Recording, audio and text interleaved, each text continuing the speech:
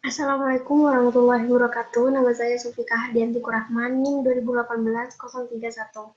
Di sini saya akan menjelaskan secara singkat mengenai surat berharga dan surat yang mempunyai harga.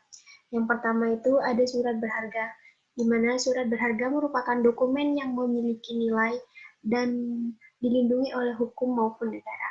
Biasanya surat berharga ini erat kaitannya dengan kepentingan transaksi perdagangan, penagihan, dan sebagai alat pembayaran atau alat tukar uang.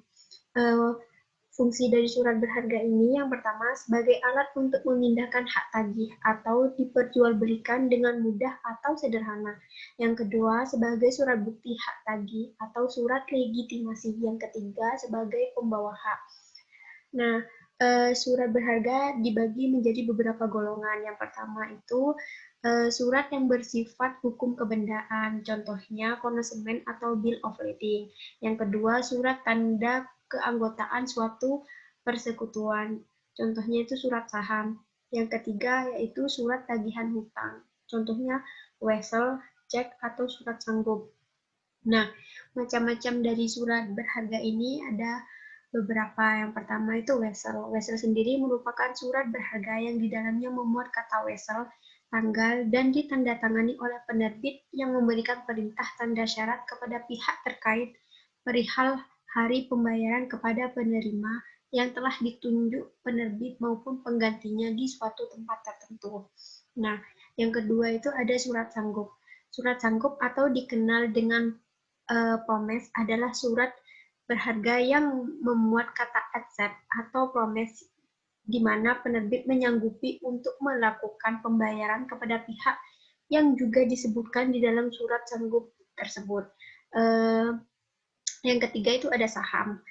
Pengertian saham di sini terdapat di dalam pasal 40 KUHD Kitab Undang-Undang Hukum Dagang yang berarti modal perseroan dibagi atas saham-saham atau sero-sero atau nama atau blanko. Saham juga dapat didefinisikan sebagai tanda penyertaan atau kepemilikan seseorang maupun badan dalam suatu perusahaan atau perseroan terbatas.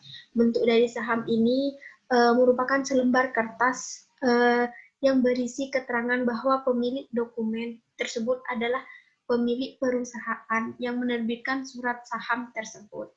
Nah, yang keempat ini ada cek. Cek uh, biasanya sering kalian dengarkan.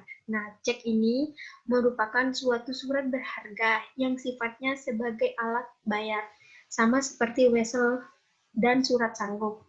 Nah, yang kelima itu ada konsumen atau bill of lading, di mana konsumen atau bill of lading merupakan surat bertanggal yang dibuat oleh pengangkut.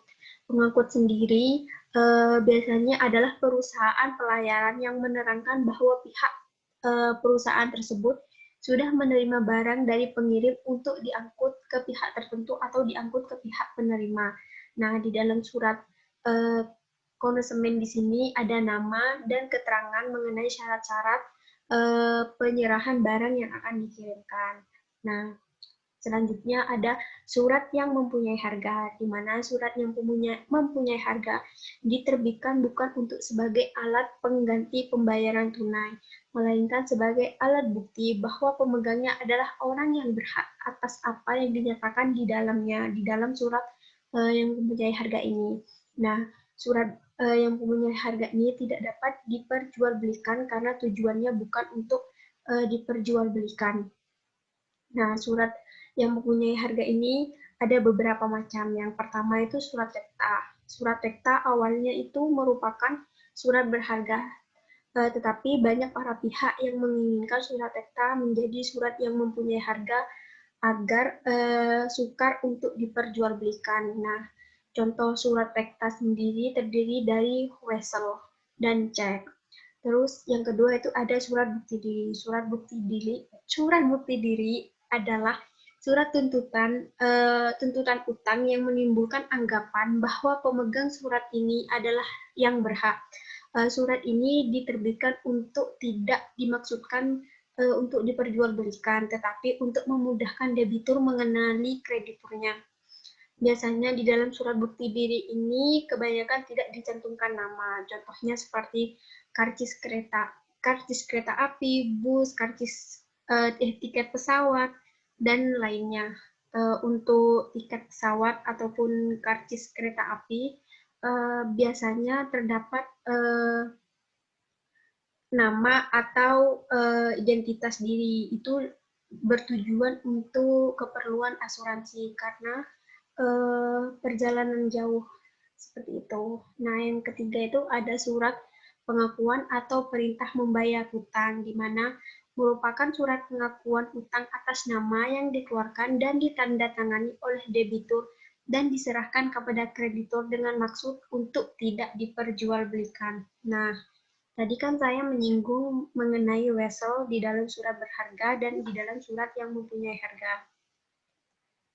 Uh, Wesel sendiri menjadi surat yang mempunyai harga bila diberi bentuk tidak kepada pengganti.